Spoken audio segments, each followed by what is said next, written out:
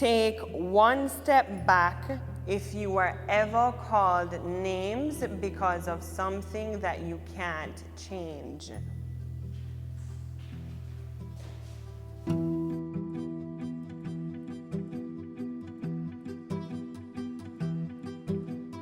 Privilege to me is not your circumstances or where you come from, but privilege is what you do with what you have. Wow.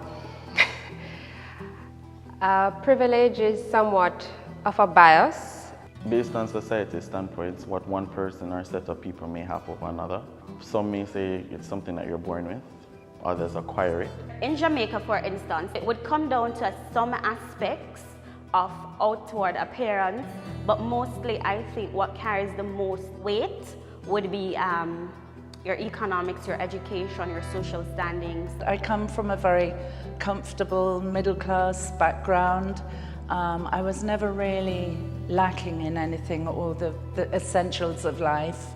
In fact, I took a lot of them for granted. Take one step forward if you have ever received special treatment because of how you look or speak. Personally, I've never been fully privileged in getting everything I need. Being physically challenged posed some problems. My parents were Rastafarians, growing up were Rastafarians. When they wanted to get my siblings and I into school in Jamaica, a lot of schools would not take Rastas. There are times where people pity me or look at me a certain way because I may not be necessarily what people call normal in some sense. I guess persons would consider me to be gay, but in truth, I'm actually transgender. So I'm the T in the LGBT. So being trans in Jamaica is just one thing.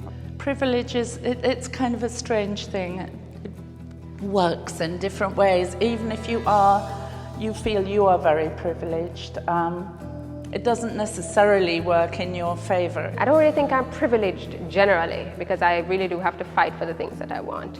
Take one step forward if you were raised in an era where there were no gang-related crimes or prostitution or drug activity.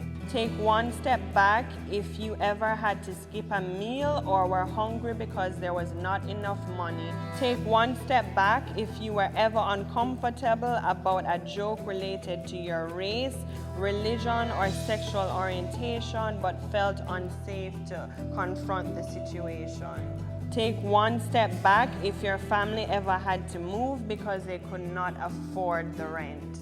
Take one step forward if you own a valid visa to travel outside of Jamaica and the Caribbean region. So I came in initially seeing some members of the group and I thought for sure that they may be more privileged, only to find that we weren't that much different. Well, I thought I was like less privileged, as we would call it, but I guess you can't judge a book by its cover. I'm a lupus patient and it's deemed as the invisible disease. So people don't normally know that I'm sick. And so when my lupus flares or when I have an attack, people then turn around and be nice and say, oh, I didn't know that, you were that sick. So I choose not to judge people based on their outward appearances. I actually grew in my own business, worked for myself, so I was able to step back a lot. As I moved into the exercise, I realized that people were planted where they were, not because of a decision they made. It doesn't work like that because everyone has their own story to tell. Everyone has their own life experiences. That's basically where I thought I would be, based on the fact that I'm from the community of Tivoli Gardens. Living there, getting a job is like the most challenging thing ever.